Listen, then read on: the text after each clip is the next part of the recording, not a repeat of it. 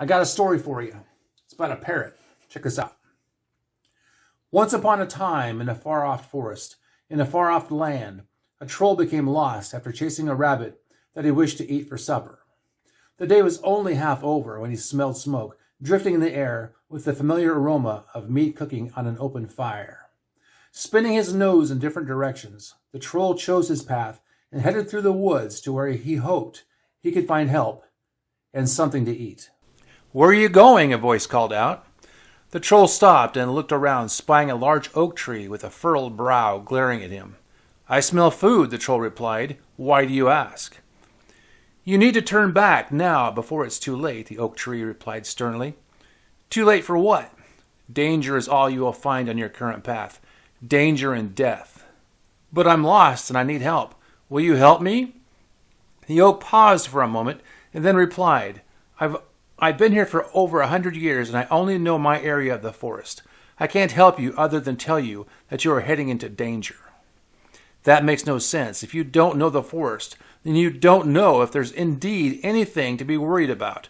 I appreciate your desire to keep me safe, but I must keep going." "Your safety is your concern. I don't know you well, but I will mourn your loss. Safe travels," the oak replied and closed his eyes. The troll made his way through the tall grass and over the hills to where the smoke was visible. As he walked towards the fire, he saw an old man sitting next to the entrance to a cave, and on the opposite side was a 6-foot-tall green parrot perched on a boulder preening his feathers.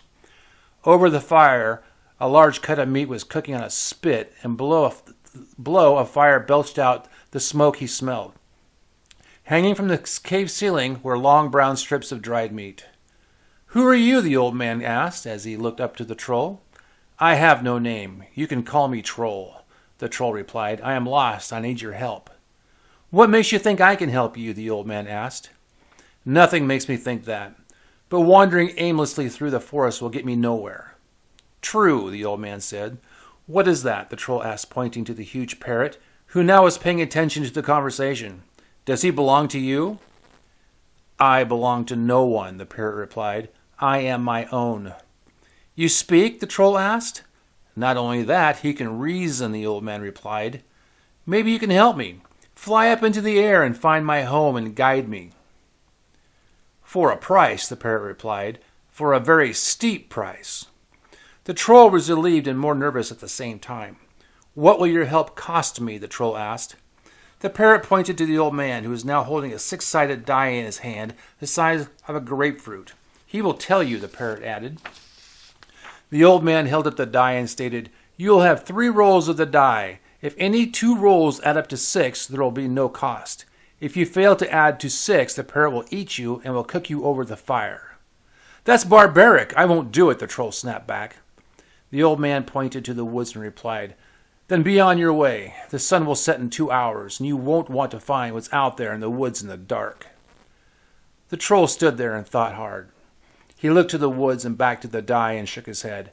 "I'm doomed either way. The chance of me rolling 6 is next to nothing. The least you can do is give me 2, maybe 3 chances." "That's not my decision," the old man replied. "You must ask him, and I've never seen him change his mind."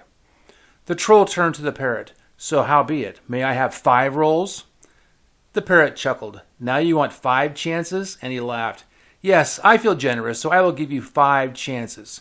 But if you fail, you won't be able to leave. I will eat you myself and share the leftovers with the old man and leave the scraps to dry as troll jerky." The troll knew what was hanging from the ceiling of the cave. Trolls that failed to roll 6.